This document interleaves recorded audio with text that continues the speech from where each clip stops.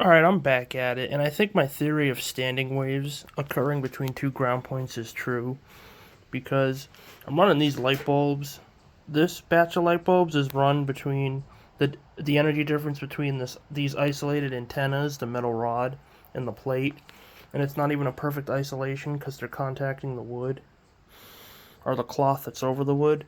So transmitter's on, we're running probably 15 watts worth of incandescent light bulbs with the potential difference between the antennas and the ground. Literally all it is. And I think standing waves are occurring because I can take this light bulb and it will light up between two different ground points. There's ground point A, ground point B, and the light bulb will light up when I do this. There you go. That might be evidence of standing waves. And when this light bulb lights up, these get brighter. I want to show that effect. You can see these get brighter because when the light bulb's lighting up, it's effectively joining the two grounds together for a better ground. And as they get joined together, they have to flow through the resistance of the light bulb, causing it to light up and do work. So you can see that. I wish the solder joint didn't break off this light bulb in my earlier video.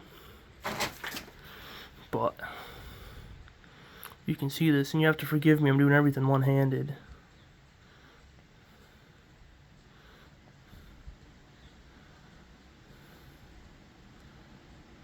But yeah, you see it lighting up. So I think that's a confirmation of standing waves in the ground. Kind of interested to move my workshop out here for a bit, but I have so much expensive equipment.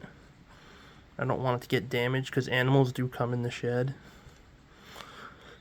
So there it is, pretty stable now. Lit between two separate ground points, possibly through a standing wave. And when this is lit, those get brighter, these three, because the ground point is being linked. You're getting a better ground, effectively.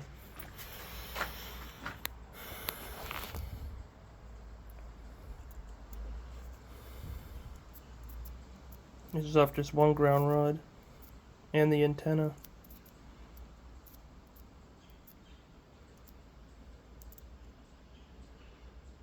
I think this is technology that's similar to the Moray valve.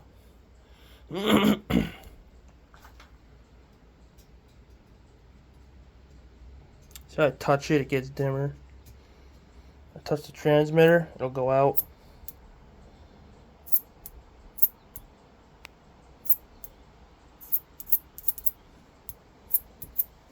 I'm going to do an experiment where I ground one end of the transmitter. Whoa, it like that. So I'm literally connecting a metal pole in the ground to the ground of the secondary on the transmitter. There we go. So we are effectively in resonance with the Earth now.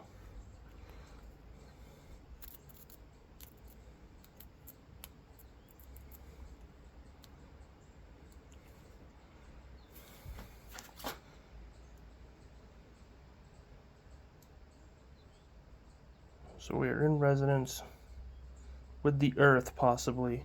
Because it's a Slayer circuit, it forces resonance upon whatever it acts on. So we'll see our power draw. And keep in mind I'm running this in a solar shed isolated from mains. Power draw 29.7 watts. It got more efficient when I grounded the bottom of the secondary.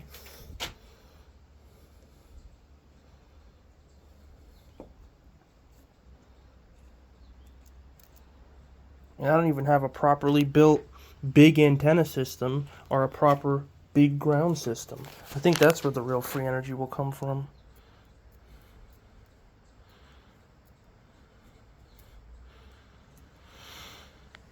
So you can see that. I'll remove the earth connection. We'll see how much dimmer it gets. That gets much dimmer. So I remove the earth connection. They get dimmer, and we use a little more power. I add the earth connection. it gets brighter and we use less power. So, good luck with modern electrical theory explaining that.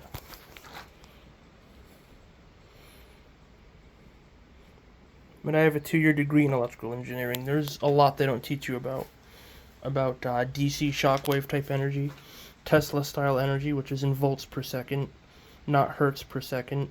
They don't teach you proper radio wave propagation theory. There's so much they don't teach you, and that's for a reason. So we'll do the standing wave test between 2 ground points again, but I'm running out of alligator leads. Let's try this one.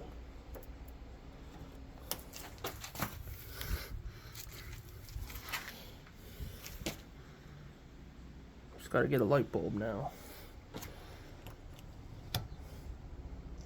So we'll see what this does.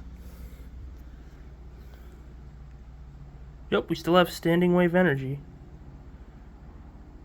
Literally standing wave energy.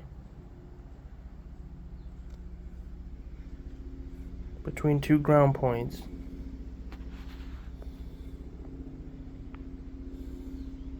And that goes to the base. That goes to the emitter of the transistor. So we're in resonance with the Earth. It forces the resonance. Like you build a Slayer circuit, it forces resonance on whatever it's built upon. So yeah, I'm very impressed with this. It confirms the standing wave theory. That's simply between 2 ground points. I hear a lot of helicopters going by. There is a secret army base in my town too.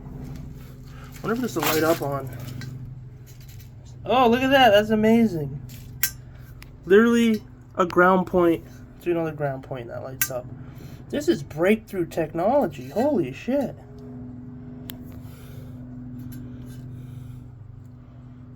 That's awesome. So the way Tesla's style of energy transmission would have worked is you would have just had an antenna outside your house and a few ground rods, probably a few big ones, and you would have got your power that way from the Earth. Once the transmitter's on, you draw your power from an antenna and your ground connection, and boom, everyone's got power. It's coming from the resonance of the Earth, and there's no load on the system. It'll actually drop the input power to the transmitter. Because I think things are experiencing negative resistance. Like, look at that.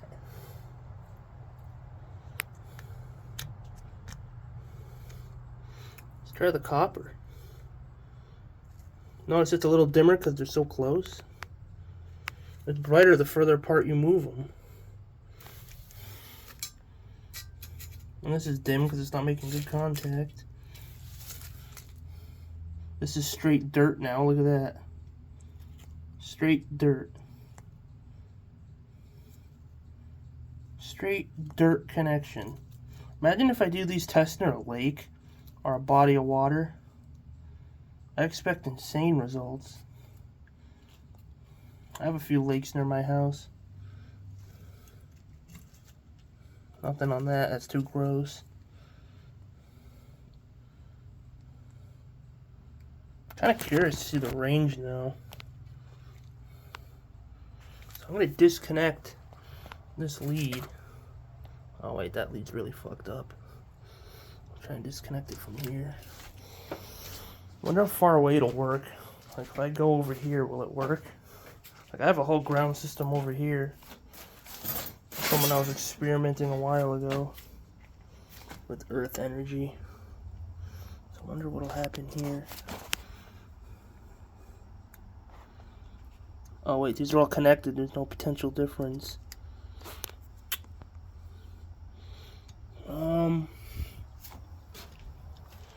What if I do the potential difference between this earth and this coil? Would it work? No, nothing. It ain't working. When these are two separate metal planes, there should be a difference.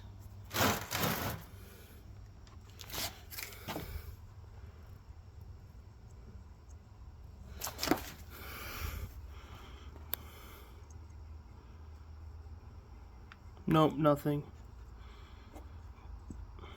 I can try it with an LED, which is more sensitive. Maybe you need 2 ground points for the standing wave, which I don't have over here. I just don't want to touch a ground rod and get shocked because weird effects occur here. I don't have any snipper tools or anything. I guess I could just do this. So from here to you. Anything? At all? No, nothing. Probably not making good enough contact. I'm going to try an LED. So I'm going to put this light bulb in my pocket and grab an LED, which is much more sensitive. So, this won't work.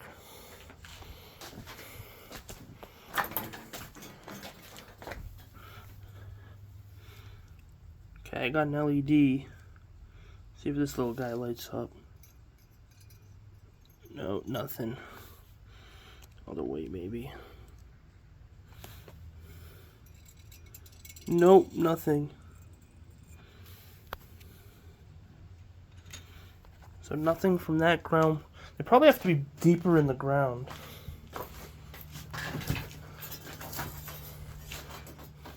I just tripped on something. Hold on.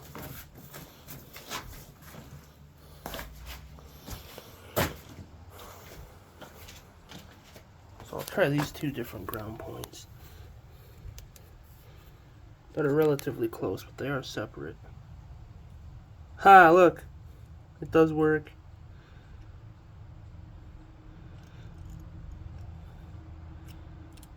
Might have just been the fact that it wasn't deep enough in the ground.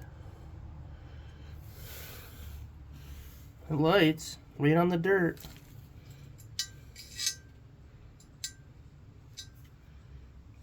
Wow, that's amazing. And keep in mind that piece of copper, this piece of copper isn't connected to the main ground bar.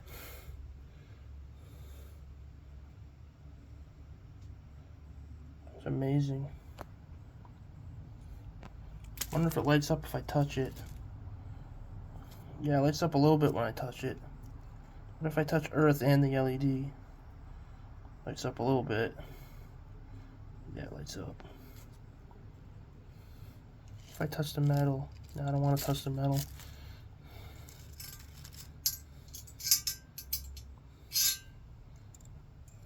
Oh yeah, look at that. So I wonder, can I move you now to a further ground point that's isolated and run it?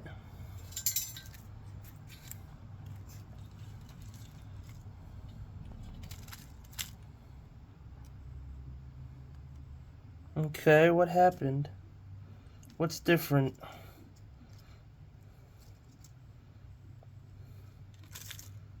Doesn't want to run now.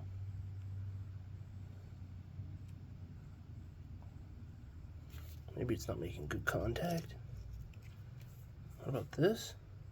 Okay, now it lights now. Wasn't making good contact. There's bugs crawling on my feet. Okay, that lights.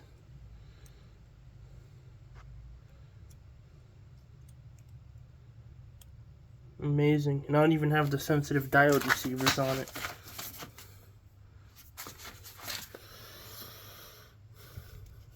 Come on. So I'm going to do an experiment now where, and this shed system is completely isolated from ground. AC mains, I should say. This shed is completely isolated from AC mains. It's my solar shed. So I'll see if I can run the load between this ground point,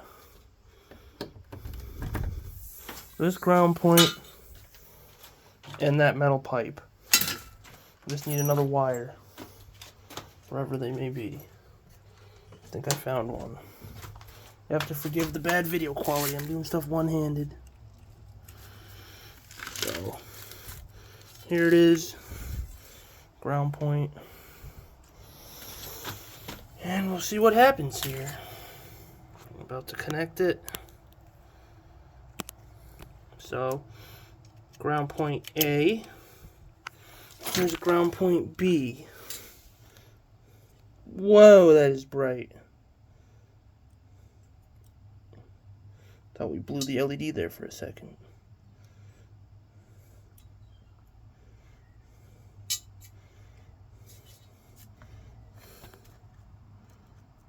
Okay, we have light. Reminds me of that experiment where Tesla lit a bunch of light bulbs in a field. Probably did that with light bulbs that had a long ground pole on them. It was literally lit between.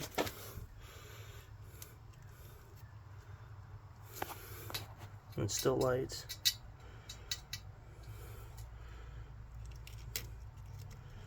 Still lights up pretty damn good.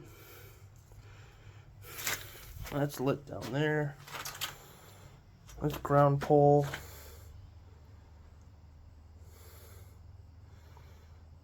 I bet you if I connect this earth ground to another ground pole to make it better, it'll get brighter. Oh yeah, look at that. Much brighter. I don't want to blow that LED. We're literally extracting earth power. Jeez, that is bright. We'll check transmitter drain.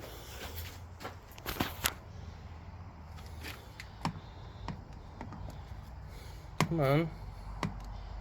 25 watts on the transmitter. LEDs lit between two ground points.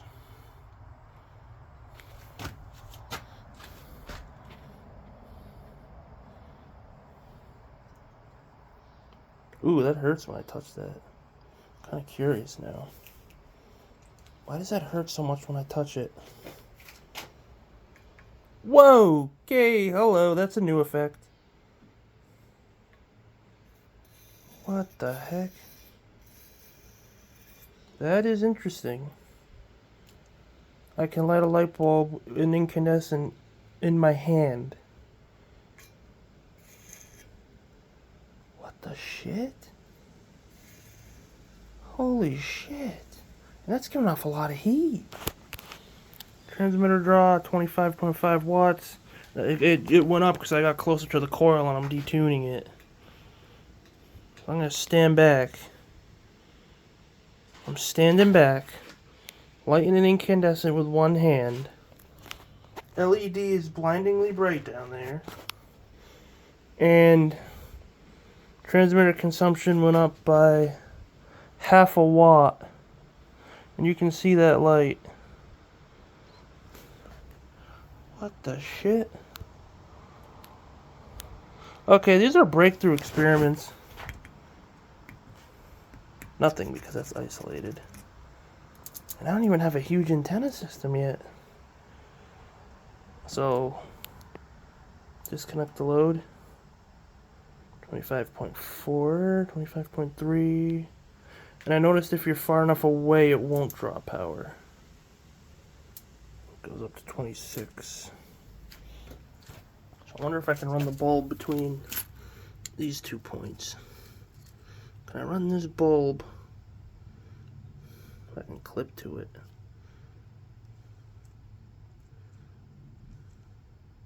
Yes, I can. Very dimly. Oh my god, look at that. That's being dimly lit between two different ground points that are not connected. There's enough juice there to make the filament dimly glow. Look at that.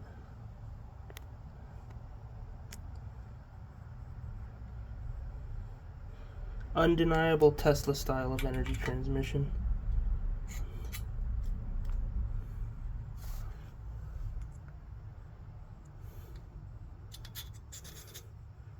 Oh, look at that.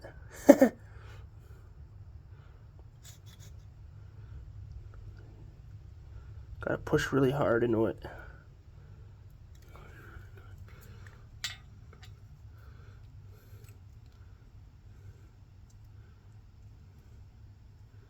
I'm having some fun in my shed today.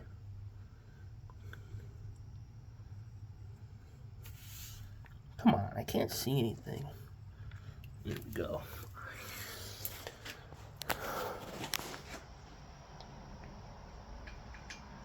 Incredible.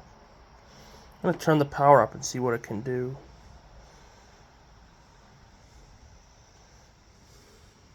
So I'm at 33 watts now. Getting kind of nervous. Oh my god.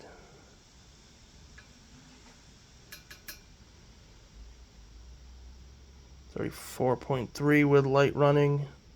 Disconnect. 33.1. So the transmitter power increases by 1 watt, and we're getting like 10 watts of light output because this is burning my hand, the heat from it. Like, can you see that? That is intense. 34. 33. So for 1 watt energy expenditure, we gain from the Earth like a 10 times gain. It could be a little more or less than that. Oh, God.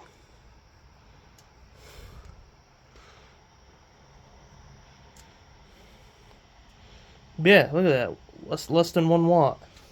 And the only reason it goes down is because I'm close to it, detuning it by bringing my body near it.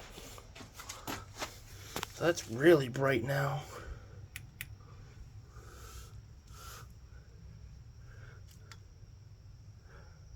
Okay, that's cool. I'm literally touching it here and it lights. That's really fucking cool. One hand. I'm gonna crank this puppy up a bit, probably to 20 volts. 35 watts input.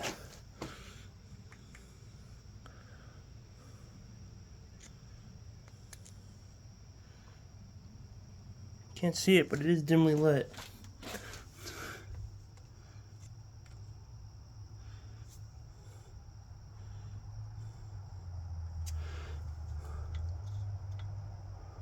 Huh.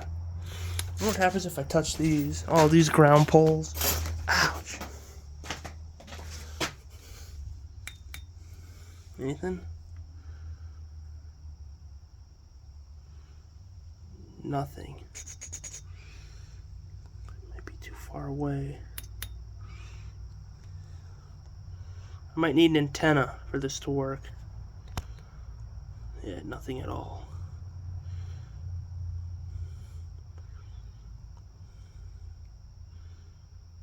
Nothing at all.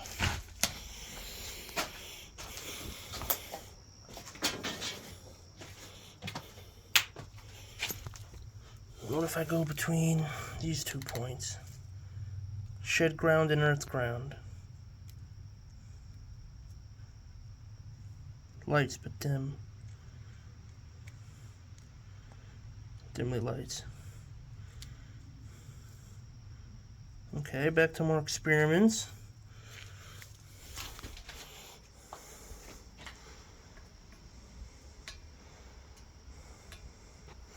I'm gonna add a bigger antenna system now. So I'm gonna shut this off and I'm gonna cut the video here because it's going on long enough. I'm gonna try and make the antenna system a little bigger.